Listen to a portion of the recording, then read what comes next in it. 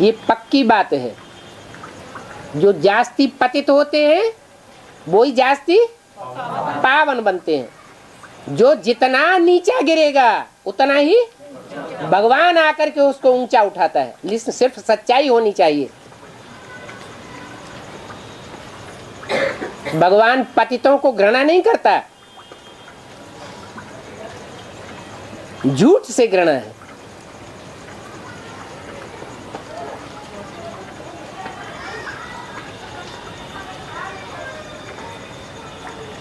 कृष्ण के 84 जन्म गए हुए हैं और कृष्ण को जन्म देने वाले का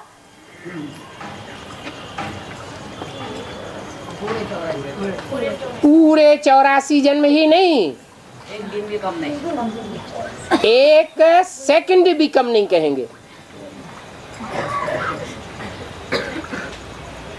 तुम बच्चे परम धाम को इस सृष्टि पर उतार लेंगे। ये कृष्ण जैसी आत्माओं के लिए बोला है, यह राधा कृष्ण जैसी आत्माओं को सतयुग में जन्म देने वालों के लिए बोला है, जन्म देने वालों के लिए बोला है।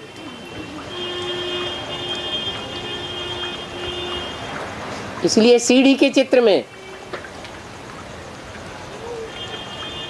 कलयुग के अंत में जो 2 चित्र दिखाए गए हैं, एक कांटों की शैया पर पड़ा हुआ भारत और दूसरा ब्रह्मा खड़ा हुआ है। ब्रह्मा अर्थात कृष्ण की आत्मा पड़ी हुई नहीं है, लेकिन फिर भी खड़ी हुई है। और राम वाली आत्मा विकारों की शैया पर, कांटों की शैया पर पड़ी हुई दिखाई गई है, धराशायी।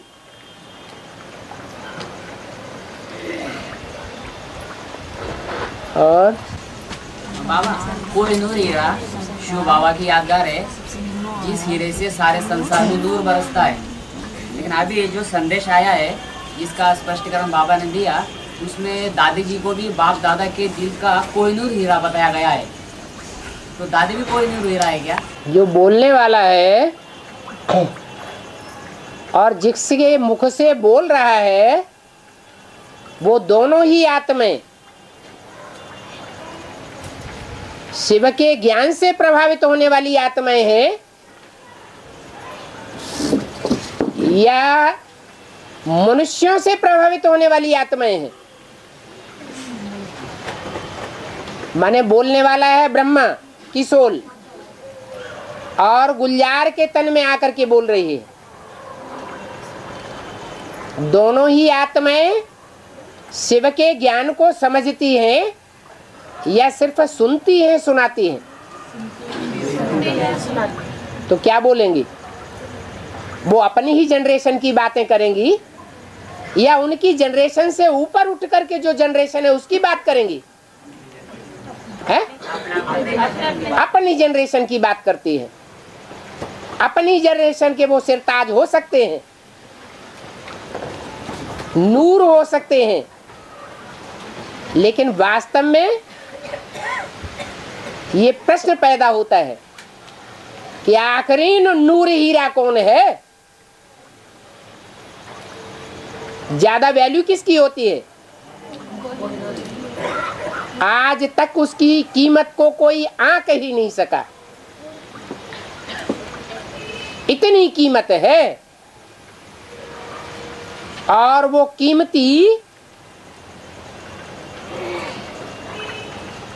कीमत होना कब होती है? जब हीरा घिसा जाता है तब कीमती बनता है या बिना घिसे कीमती बनता है? घिसा जाता है को तो कीमती बनता है। वो हीरा शिव की आत्मा को कहें या जिसमें प्रवेश करता है उसकी आत्मा को कहें? है? जिसमें प्रवेश करता है वो घिसा जाता है।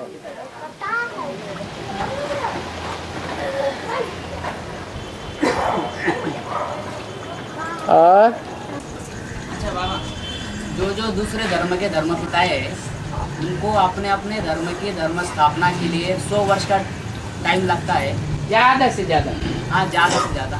ऐसे ही जब सर्वशक्तिमान शिव बाबा इस दुनिया में आते हैं, वो भी 100 वर्ष का ही टाइम लेते हैं, लेकिन वो जो धर्मपिता है उनको उस समय के मुकाबले इतने साधन वगैरह नहीं मिलते, और अभी शिव बाबा को ढेर सारे साधन मिलते हैं और उनके मुकाबले ढेर सारी सुविधाएं भी मिलती है, फिर भी इतना टाइम क्यों लग जाता है? जो भी अभी साधन निकले हैं उनसे सच्ची साधना होती है, या साधन खलास हो जाएंगे तब सच्ची साधना निकलेगी? साधना खत्म होने के बाद सच्ची साधना बाप सिखाएंगे फिर। अभी नहीं सिखा रहे हैं, सिखा रहे हैं, सिखा तो रहे हैं, लेकिन सीखने वाले अपनी कमजोरी के कारण कर नहीं पा रहे हैं। तो साधना और साधन ये अलग अलग चीजें हैं। जो सच्ची साधना है उसके लिए कोई प्रकार के साधन की जरूरत नहीं, लाल बत्तियों की दरकार नहीं, रिकॉर्डिंग करने की दरकार नहीं, संगठन में बैठने की भी दरकार नहीं।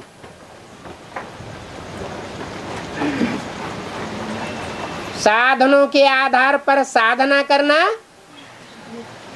अब व्यक्तवाणी में बोला है, ये ऐसे ही है जैसे बालू के ऊपर, बालू के ढेर के ऊपर किला बनाना। इसलिए अभी तक जो सेवा हुई है बड़े बड़े लेवल पर, बड़ी बड़ी कॉन्फ्रेंसेस हुई, बड़े बड़े मेगा प्रोग्राम हुए, बड़े बड़े मेले हुए, उस साधनों के आधार पर हुए या साधना के आधार पर? इसलिए विश्व में कितनी आवाज फैली। अरे विश्व की छोड़ो, भारतवर्ष में 70% आबादी गांवों में रहती है। कितने परसेंट लोगों तक आवाज फैल गई?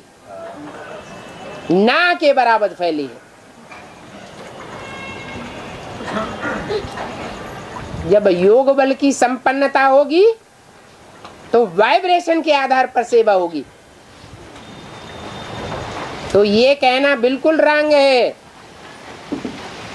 कि भगवान बाप आते हैं तो दुनिया में साधन मनुष्यों के बनाए हुए बहुत बढ़ जाते हैं, इसलिए ईश्वरीय सेवा हुई। ईश्वरीय सेवा अभी हुई नहीं है। अभी जो भी सेवा हुई है आसुरी सेवा हुई है। बेसिक नॉलेज में भी आसुरी सेवा ज्यादा हुई और एडवांस में भी असुरों ने ज्यादा जोर पकड़ा है। जब दैवी आत्माएं जोर पकड़ेंगी तो माला तैयार हो जाएगी। जिस माला को हर धर्म के लोग स्मरण करते हैं, स्मरण करते हैं, वो मणके अभी गुप्त क्यों हैं? क्योंकि साधनों का आधार लिया हुआ है। और कृष्ण का जन्म कब होगा?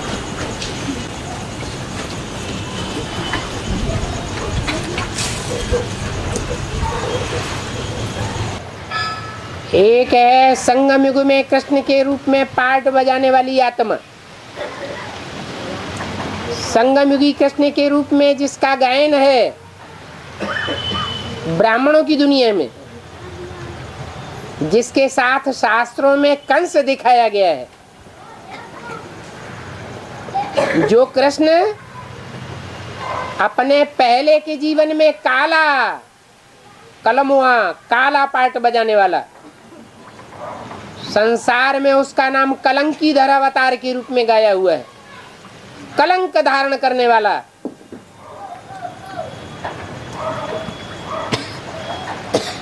वो कृष्ण का ज्यादा गायन है, या जिसको श्याम सुंदर अर्थात बाद में सुंदर बनने वाला है, संपन्न स्टेज बनने पर उसका गायन है। ज्यादा गायन और पूजन काले कृष्ण का है या गोरे कृष्ण का है? काले कृष्ण का गायन है। जब पतित अवस्था में होते हैं तभी पुरुषार्थी जीवन होता है। पावन बन जाएंगे तो पुरुषार्थ खत्म हो जाता है। इसलिए संगम युगी कृष्ण के लिए मुरली में बोला है, नेक्स्ट टू गॉड इज है कृष्ण, पर बोला नेक्स्ट टू गॉड शंकर,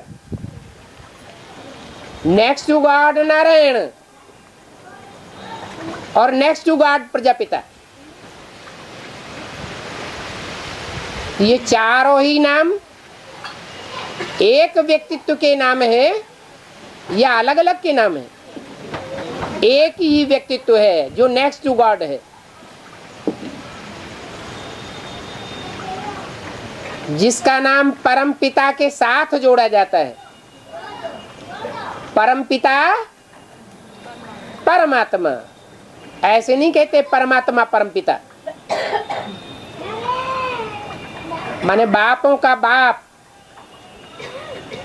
जो भी मनुष्य आत्माएं हैं उन सब का बाप, जिसका कोई बाप नहीं।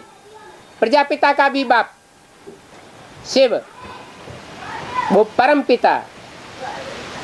और जो भी जन्म मरण के चक्र में आने वाली आत्माएं हैं उनमें जो हीरो पार्टधारी है, परम पार्टधारी है, उसको कहा गया परम आत्मा, माने आत्माओं के बीच में परम पार्टधारी। इसलिए परम पिता पहले और परमात्मा बाद में, जैसे शिव पहले और शंकर बाद में, ऐसे ही ये संगमयुगी कृष्ण, और उसको कहो चाहे शंकर और चाहे उसको कहो नारायण, एक ही व्यक्तित्व के नाम है। तो किसके पीछे मर रहे हैं, किसको याद करना चाहते हैं? संगम युगी कृष्ण के लिए जिंदा है या सतयुग में जन्म लेने वाले कृष्ण के लिए जिंदा है, जिसका कोई गायन पूजन शास्त्रों में नहीं है? लेकिन ज्यादा प्रश्न क्या करते हैं? अरे सतयुग का कृष्ण तो सतयुग में ही पैदा होगा, लेकिन उसकी कोई हिस्ट्री नहीं है, शास्त्रों में उसका कोई गायन नहीं है, मंदिरों में उसकी कोई पूजा नहीं है। संगम युगी कृष्ण की ही पूजा है भगवान के रूप में, क्योंकि उसमें भगवान भगवान के रूप में प्रत्यक्ष होता है। और बाबा इसी शरीर से लक्ष्मी नारायण सतयुग में बनते हैं, इसी शरीर से संगम युग में। एक बात बोलो, संगम बोलो या सतयुग बोलो? संगम युग में। हाँ, आगे बोलो। फिर सतयुग में क्या ऐसे ही रहते हैं? ऐसे ही रहते हैं, मतलब लक्ष्मी नारायण बनते हैं?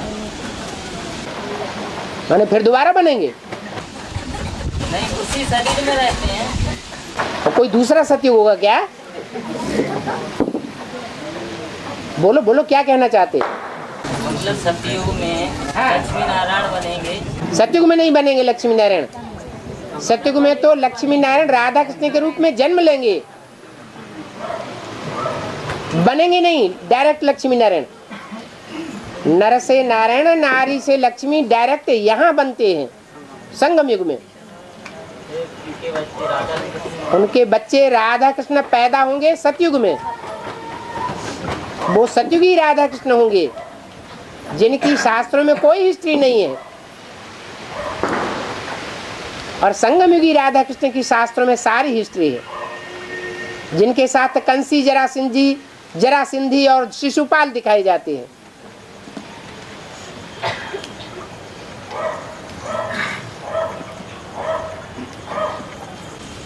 बाबा पहले बताते थे कि ब्रह्मा बाबा के संगम युग के 50 साल कम हो गए। 69 ब्रह्मा बाबा का नाम लिया गया मुरली में? कृष्ण की सुन के सिर्फ ये बोला कोई के 50 साल कम भी हो जाएंगे, ब्रह्मा का नाम नहीं लिया। क्योंकि उनका जन्म तो अभी 2036 के बाद। संगमयुगी कृष्ण के रूप में कोई चोले के द्वारा वो पार्ट मिक्स हो जाएगा, संपन्न स्टेज पा जाएगा। बाप बच्चे के द्वारा प्रत्यक्ष होते हैं, माने कृष्ण वाली आत्मा भी संपन्न रूप 16 कला धारण करेगी, उसकी बुद्धि में भी बात बैठेगी। गीता का भगवान कृष्ण नहीं है, दादा लेखराज साकार में नहीं है, गीता का भगवान निराकार स्टेज धारण करने वाला शिव शंकर भोलेनाथ है। उस समय के लिए बोला है 50 साल, माना 69 में ब्रह्मा ने शरीर छोड़ा और 2018 में बाप और बच्चे का साथ साथ प्रत्यक्षता रूपी जन्म होता है। ये लौकिक जन्म की बात नहीं है, बाप बच्चे के द्वारा प्रत्यक्ष होते हैं। जब तक बच्चा संपन्न पावन न बने तब तक विष्णु के रूप में प्रत्यक्ष नहीं हो सकते। जो विष्णु का रूप है उसमें बाप और बच्चे का दोनों रूप का है, गायन है, चित्र है, या सिर्फ बाप बाप का या बच्चे बच्चे का है? बाप बच्चों दोनों का गायन है। दिलवाड़ा मंदिर में जो 108 मूर्तियां रखी हुई हैं, 108 मंदिर बने हुए हैं, उनमें सिर्फ बाप बाप बैठे हुए हैं, माँ बाप, या साथ में बच्चे भी दिखाए गए हैं?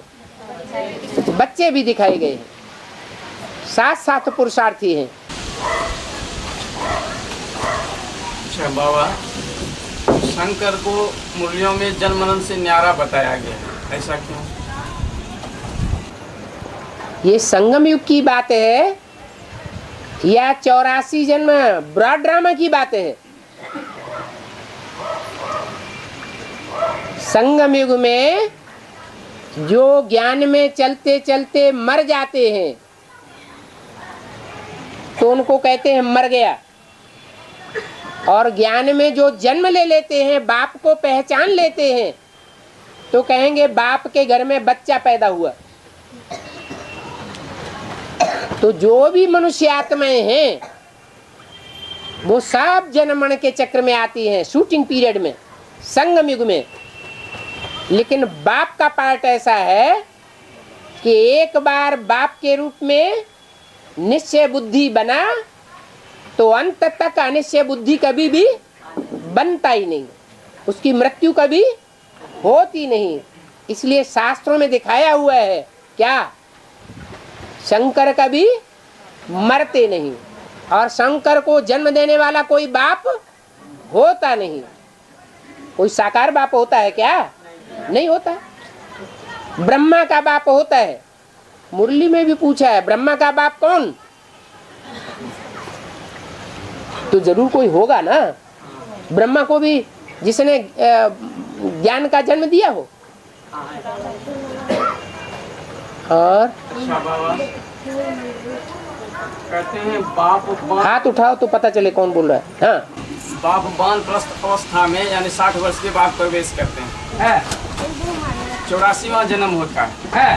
तो राम वाली आत्मा जिस समय प्रवेश किए उस समय 84वां जन्म था उनका, ठीक है। अब फिर जो पुनर्जन्म लिए तो उनका तो 85वां जन्म हो जाता है। 85वां जन्म नहीं है, ये 84वां अंतिम जन्म भी है। और एक्स्ट्रा ऑर्डिनरी जन्म इसलिए कहा जाता है कि इसी जन्म में इसी चोले से नारायण भी बनना है, वो जन्म बदलेगा नहीं। फिर शरीर का दूसरे माँ के गर्भ में आए जन्म लिया तो जन्म। ब्रह्मा की आयु कितनी मानी जाती है? 100 साल। तो प्रजापिता ब्रह्मा ने कितने साल में शरीर छोड़ दिया? 100 साल पूरा करके छोड़ा या बीच में ही छोड़ा? बीच में ही छोड़ा। 100 साल पूरा नहीं हुआ, वो 100 साल पूरा होता है 76 में।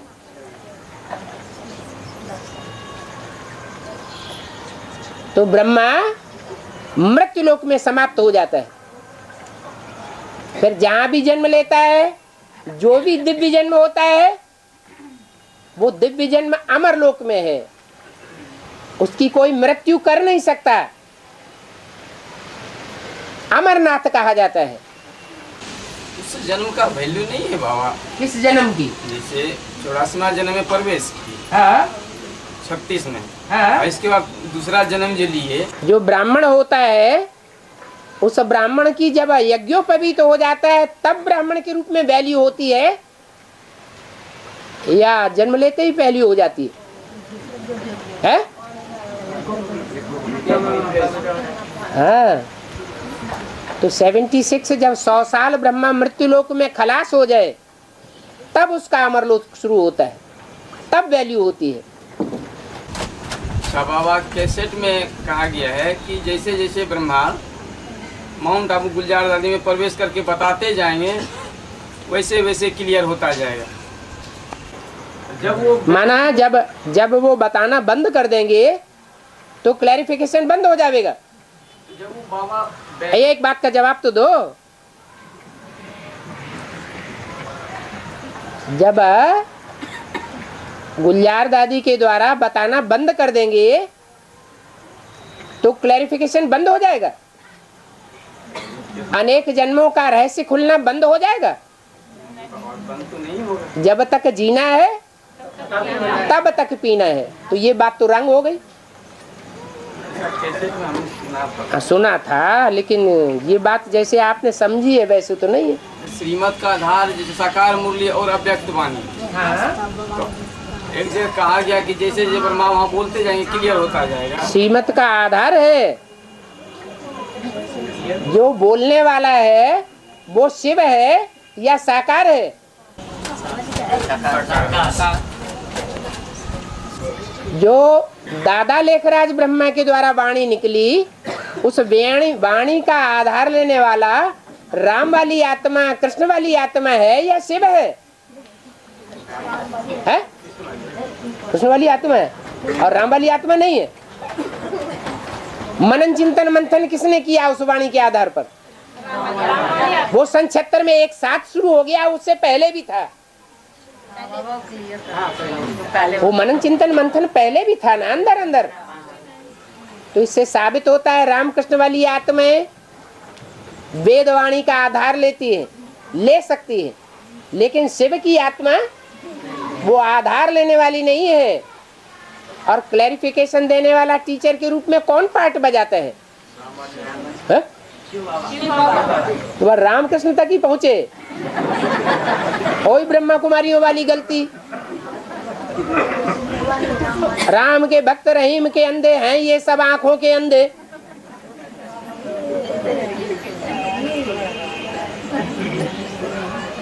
और बीमारी को कंट्रोल करने के लिए या खत्म करने के लिए क्या करना चाहिए? आत्मा बनना चाहिए। आत्मा को कोई बीमारी नहीं लगेगी। कोई आत्मा बन सकता नहीं ना है?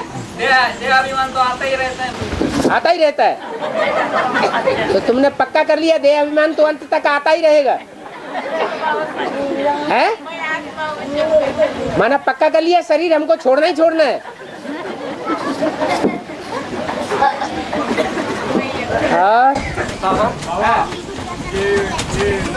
ये जो है माला में सभी धर्म के आत्मा आएंगे कि यही धर्म के आत्मा आएंगे?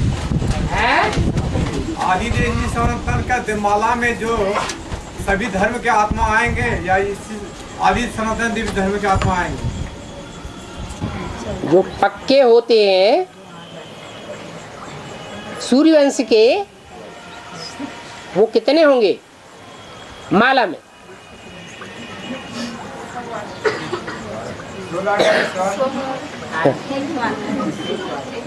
माला जो 108 की है राजाओं की, जो बाप आकर के राजा रानी राजा बनाते हैं, वो 108 की माला में फर्स्ट ग्रुप कौन सा होगा?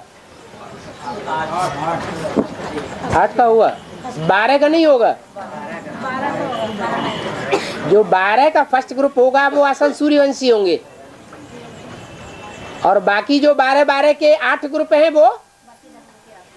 वो नंबरवार और धर्मों से कुछ न कुछ प्रभावित होंगे, और धर्मों का उनमें छिलका जरूर चढ़ा हुआ है।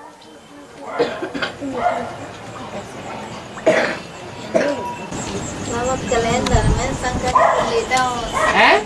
कैलेंडर में शंकर जी को लेता हूँ। कैलेंडर में जो आजकल नया कैलेंडर निकाला है कुछ सालों से, वो शंकर को पट्ट पड़ा हुआ बच्चे के रूप में दिखाया है।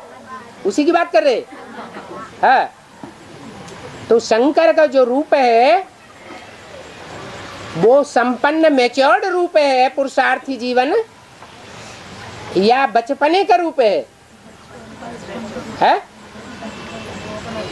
जैसे कृष्ण को बच्चे के रूप में दिखाते हैं तो महाभारत का नायक नहीं दिखाया है, और जब कृष्ण मैच्योर्ड हो जाता है, बड़ा हो जाता है, तो महाभारत का नायक दिखाया गया है।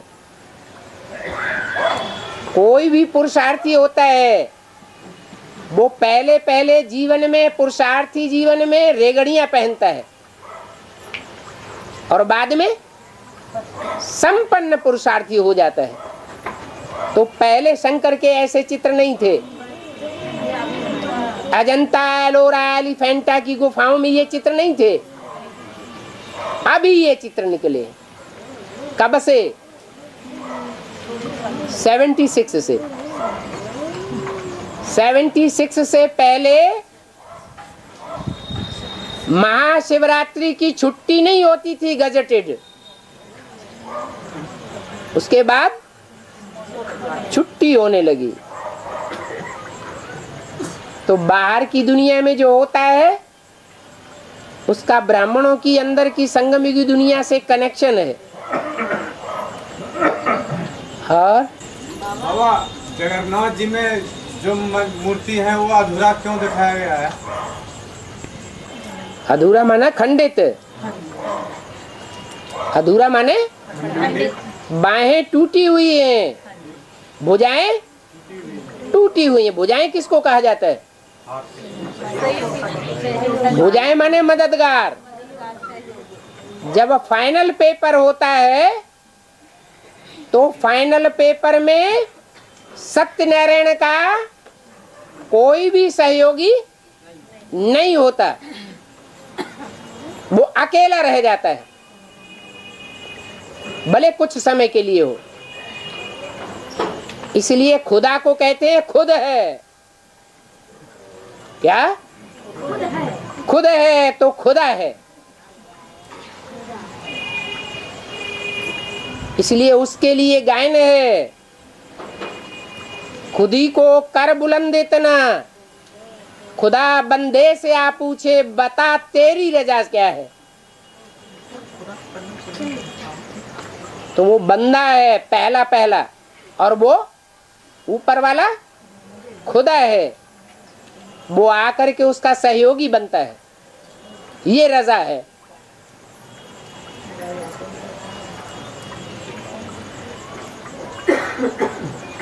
फाइनल पेपर होगा तो माला के नंबरवार मणके कैसे बनेंगे? कोई तरीका होगा या नहीं होगा? होगा। तो परीक्षा होगी, उसमें पता चलेगा कि लंबे समय तक छोड़ने वाले कौन हैं, असहयोगी कौन बन जाते हैं दुनिया के प्रभाव में आकर, और नंबरवार लगातार सहयोगी कौन है। इसलिए देवियों को भुजाएं दिखाई जाती हैं, ब्रह्मा को 1000 भुजाएं दिखाई जाती हैं, विष्णु को और उनके विराट रूप को 1000 भुजाएं दिखाई जाती हैं, लेकिन शंकर को 1000 भुजाएं नहीं दिखाते। और शंकर जी को दाढ़ी मूंछ वाला क्यों दिखाया था?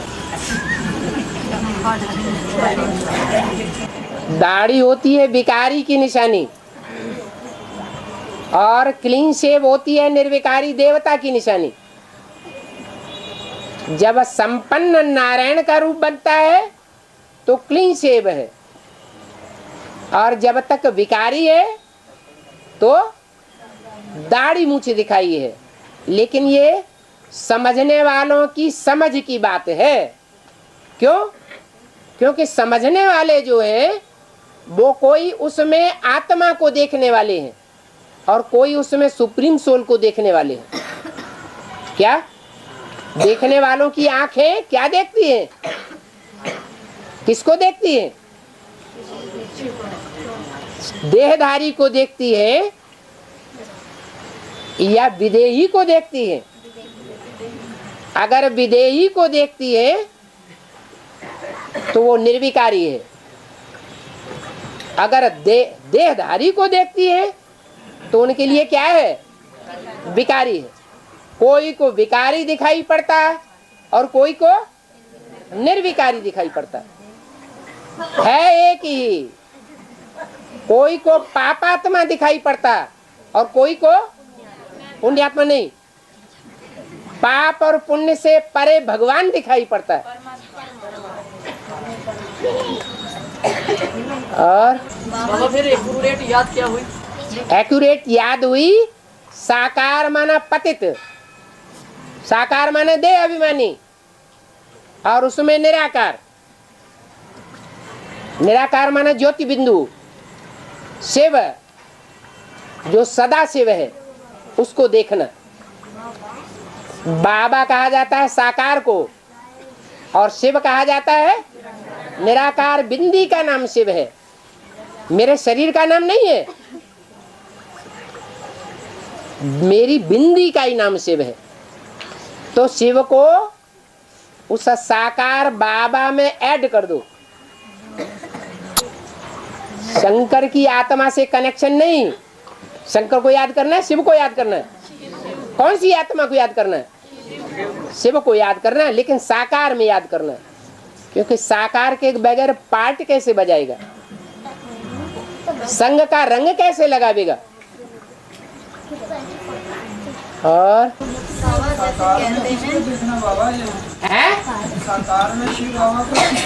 शिव बाबा को नहीं, शिव मेरी बिंदी का नाम है।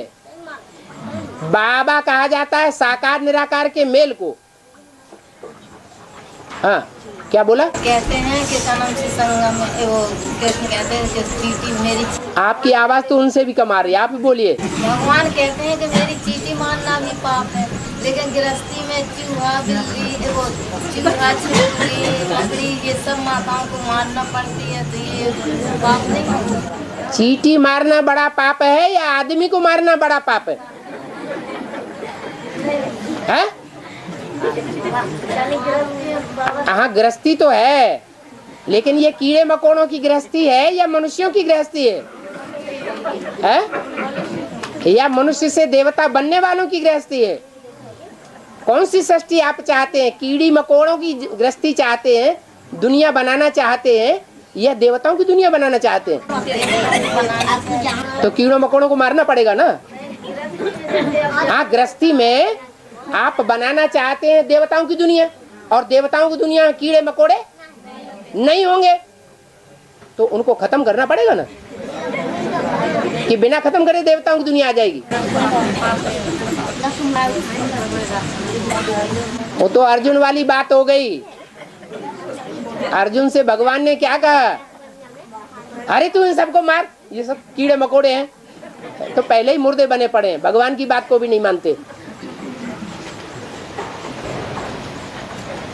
और बाबा भीम माना भयंकर रूप धारण करने वाला है, वो कैसे बाबा? राम है भीम माना भयंकर रूप धारण करने वाला। हाँ, जो 100 कीचकों को अकेला मार देता है, 100 कौरवों को अकेला मार देता है, बड़े बड़े हिडम्ब जैसे राक्षसों को मार देता है, तो भयंकर नहीं हुआ? फिर हाँ, 100 हाथियों का बल होता है उसमें। 100 महारथी जितना पुरुषार्थ करेंगे उतना पुरुषार्थ वो अकेले करता है। ताड़ माने पिटाई और नृत्य माने ज्ञान डांस। बाबा अभी जो पवित्र आत्माएं शरीर छोड़ रही हैं, क्या उनका आगे जन्म होगा या नहीं होगा? कौन सी है पवित्र आत्माएं? दादी पवित्र आत्मा आपकी दृष्टि में है?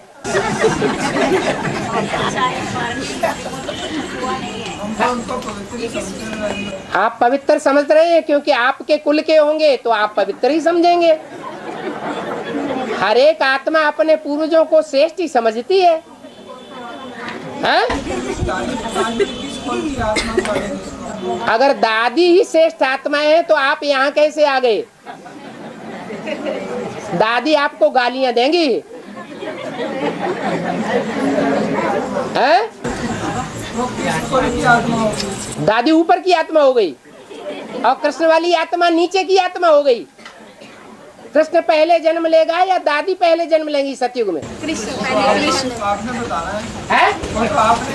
तो जब आपको मालूम ही नहीं है तो क्यों कह रहे हो दादी श्रेष्ठ आत्मा? तो बताया ना, दादी जो है उनकी जीवन भर की इच्छा ये रही कि हम ब्रह्मा बाबा के वारिसदार बनेंगे नई दुनिया में। तो उनकी इच्छा पूरी होगी कि नहीं होगी? तो वो कृष्ण के बच्चा बनेंगी या बाप बनेंगी? बच्चा बनेंगी। और कृष्ण का बाप कोई बनेगा कि नहीं है? कृष्ण का बाप भी बनेगा तो वो एडवांस पार्टी में बनेगा या बेसिक वालों में बनेगा? जहाँ बेसिक में से 95% टूट करके यहाँ बैठे हुए हैं। देखना है उसको, है? क्वेश्चन नहीं हो है, कुछ पूछना है। हाँ जी। अब आपका त्रिमूर्ति की चित्र भी नहीं हुआ है, क्यों बोल रहे हैं?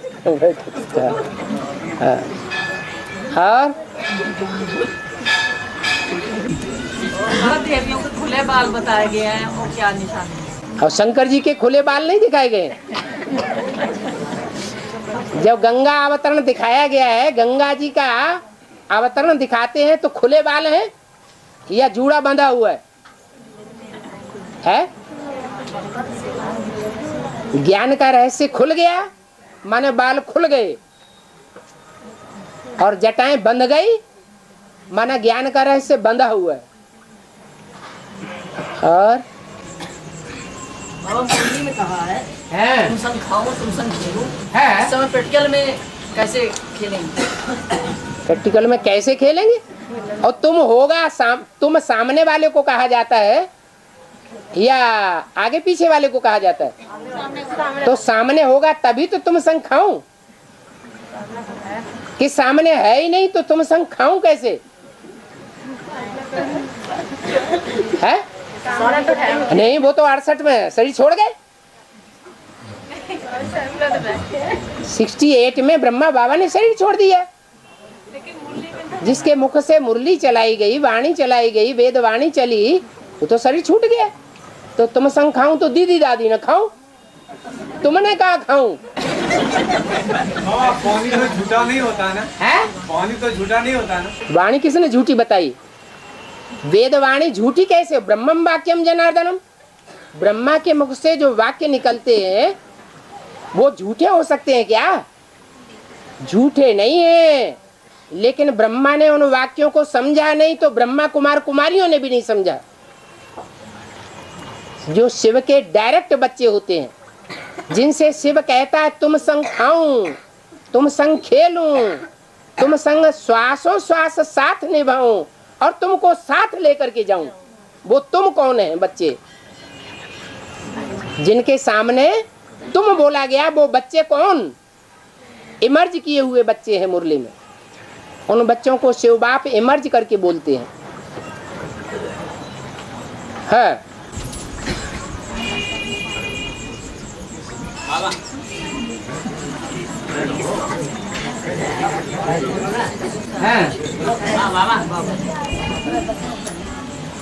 तो एडवांस कोर्स का एडवांस पार्टी में जो किताब निकला है उसमें पेज नंबर 45 पर 9 नंबर का एक महावाक्य है, मैं पढ़ के बताता हूँ। बाप खुद कहते हैं, पहले नंबर में है श्री कृष्ण फर्स्ट प्रिंस, श्री नारायण तो बाद में बनता है जब बड़ा होता है, वह भी 20-25 वर्ष कम हो जाते हैं। मुरली तारीख 10/9/2001। तो ये 20-25 वर्ष किस तरह से कम हो जाते हैं और किसके कम हो जाते हैं? 18 से लेकर के 37 तक कितने साल हुए? हैं? 19 साल हो गए ना, 20 ही समझो फिर। हाँ और बाबा, लेकिन अभी पहले तो बाबा आपने बताया कि कृष्ण की आत्मा बाप में प्रवेश करके 2018-19 में संपन्न पाठ बजाती है। हाँ, पहले बच्चा आगे बढ़ जाएगा कि बाप आगे बढ़ जाएगा? बाप बच्चे के द्वारा प्रत्यक्ष होते हैं या खुद ब खुद प्रत्यक्ष हो जाते हैं? बच्चे के द्वारा। तो पहले कृष्ण वाली आत्मा संपन्न बनेगी तब तो प्रत्यक्ष होंगे। और मदर उस पर ही दे दिया है बाप ने। अरे बिना बच्चे के बाप आगे बढ़ेगा? शिव बाप प्रजापिता को आगे लिए बगैर आगे बढ़ते हैं? शिव बाप ऊपर से जब आता है तो पहले पहले किसको पकड़ता है? प्रजापिता को पकड़। तो प्रजापिता का धर्म क्या कहता है? तो वो भी अपने बच्चे को पहले आगे बढ़ाए फिर खुद आगे बढ़े। बाप हमेशा बच्चे को आगे करते हैं। चलो बच्चे आगे आगे चलो, मैं पीछे पीछे आता हूँ, मेरी तो टांगें लंबी लंबी है। मतलब बाबा कृष्ण की सोल को अभी भी लगभग 9-10 साल लग जाएंगे पूरे निश्चय बुद्धि होने में। पिता का भगवान है कि शिव बाबा है? कृष्ण की सोल को अभी 2007 चल रहा है तो पूरा निश्चय बुद्धि बनने में 2018-19 लग जाएंगे। ठीक है, तो मतलब अभी भी 9-10 साल लग जाएंगे ना। ठीक है, तो इतना लंबा टाइम क्यों लेती है वो आत्मा? तुम्हारी नजर में कृष्ण वाली आत्मा एडवांस पार्टी की पढ़ाई पढ़ने वाली है कि पढ़ाई पढ़ाने वाली है? पढ़ने वाली है। तो पढ़ाई पढ़ने का टाइम होता है ना। दूसरे बच्चों के मुकाबले तो वो बाप के साथ ही रहते हैं ना प्रवेश करके। हाँ। ज्यादा संग का रंग तो उस आत्मा को भी लगता है। हाँ, तो इससे वही तो पहले आगे बढ़ेगी। विष्णु वो नहीं बनेगी तो कोई दूसरी आत्मा बन जाएगी। अरे 16 कला संपूर्ण पहले कृष्ण की आत्मा बनेगी या पहले एडवांस पार्टी के दूसरे बच्चे बन जाएंगे? चंद्रवंशी की आत्मा है ना। है चंद्रवंशी की आत्मा, कोई वंश की आत्मा है, लेकिन बाप का बच्चा बनने वाला है ना। आखिर राजा के बच्चे में और प्रजा के बच्चों में कोई फर्क होता है या नहीं होता है? होता है। और मतलब हम जो बच्चा भी है एडवांस में, जो बाप को प्रत्यक्ष कर रहे हैं, उनसे ज्यादा उस बच्चे की ज्यादा वैल्यू है। वो कृष्ण बच्चे के आधार पर ये बोला नैया डोलेगी लेकिन डूबेगी नहीं, क्योंकि उससे नैया पर बिठैया कृष्ण बच्चा है। वो कृष्ण बच्चा डूब नहीं सकता। बाप का प्यारे से प्यारा बच्चा ब्रह्मा है या प्रजापिता है? कौन है प्यारा? नहीं, प्रजापिता किसी मुरली में नहीं बोला। ब्रह्मा है प्यारा बच्चा। लेकिन ये जरूर बोला है कि तुम बच्चों को डाढ़े का वर्षा जरूर मिलेगा। बाप का वर्षा मिले न मिले। तो डाढ़े का वर्षा पाने वालों में सबसे आगे कौन जाता है? जो डायरेक्ट नर से नारायण बनता है। हाँ जी। और बाबा भक्ति मार्ग में जगदम्बा को महामाया का टाइटल दिया है। हाँ जी। क्यों दिया है? उसकी माया को कोई जानेगा? कहते हैं रचयिता को समझना फिर भी आसान है, लेकिन रचयिता की रचना का रहस्य जानना ये बड़ी मुश्किल बात है। विधि हुन नार हृदय गति जानी। और माया एडवांस के पार्टी के बच्चों का आज तक कुछ नहीं बिगाड़ सकी। बिगाड़ सकी है? नहीं बिगाड़ सकी। 98 बड़े से बड़ा हमला कर दिखाया। कुछ बिगड़ गया क्या? नहीं बिगड़ा। आज वही माया अव्यक्तवाणी में बोला है, प्रकृति मैया ने दादी से हाथ मिला लिया, अब ज्यादा पावरफुल हो जाएगी। तो माया ज्यादा पावरफुल हुई या महामाया ज्यादा पावरफुल हुई? माया माने 5 विकार दुनिया का विनाश नहीं करते हैं, लेकिन प्रकृति जब विकराल रूप धारण करती है और 5 तत्व विकराल रूप धारण करते हैं प्रकृति के, तो जमीन डोल जाती है। और दुनिया की बड़ी बड़ी इमारतें जिनमें दुनिया की 60-70% से ज्यादा जनसंख्या निवास करने लगी है, वो सब दब करके मर जाएंगे। सबसे बड़ा विनाश होगा भूकंप से। क्यों होगा? भूकंप से क्यों होगा? एटम बम से क्यों नहीं? क्योंकि धरणी हिलेगी, बड़ी बड़ी महल माड़ियां अटारियां गिर जाएंगी।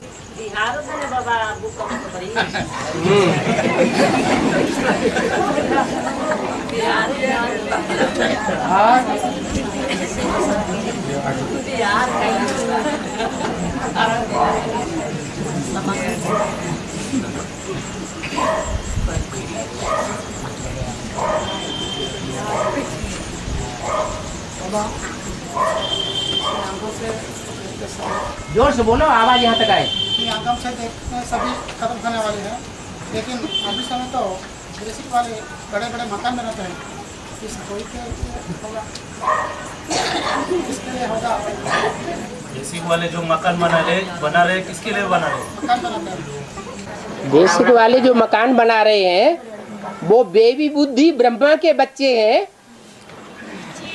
या प्रजापिता के डायरेक्ट बच्चे हैं।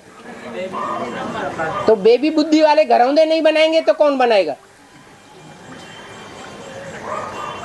है? मुरली में तो बाबा ने डायरेक्शन दे दिया, तुम बच्चे किराए पे मकान लेते रहो और काम चलाते रहो। बाकी माउंट आबू में जो मकान बना रहे हैं वो तो तुम बच्चे आकर के यहाँ शरण लेंगे, इसलिए बना रहे हैं। नहीं तो परमधाम कैसे उतरेगा सृष्टि पर? लाखों रुपए से बनवाते हैं, बाहर वाले के बनवाते हैं। विदेशी लोग जो धन दे रहे अभी माउंट आबू में, हाँ, तो उनका ये कहना है कि उन्होंने लिया था इसलिए दे रहे क्या? हाँ, लिया होगा कुछ न कुछ। ये भी हो सकता है श्रीमत के बरखिलाफ चाल चल रहे हैं तो सगुना उनके ऊपर पाप भी चढ़ रहा है। दोनों बातें हो सकती हैं। अरे ये किसी से धन मांगना और धन इकट्ठा करना, ईश्वरीय सेवा में न लगाना, अपने कंट्रोल में धन को रखना, व्यक्तिगत कंट्रोल में रखना, ये ईश्वरीय ज्ञान के अनुसार पाप है या पुण्य है? पाप है। किसी धन किसी काम पे लगेगा, वो जो कमाया है उसी धन को कौन सा काम पे लगेगा? नष्ट हो जाएगा। जब वो नष्ट होने के कगार पे होगा तो हार्ट फेल होने लगेंगे। और बाबा शिवदेव ऊपर बेलपत्री चढ़ाते हैं, उसका क्या है?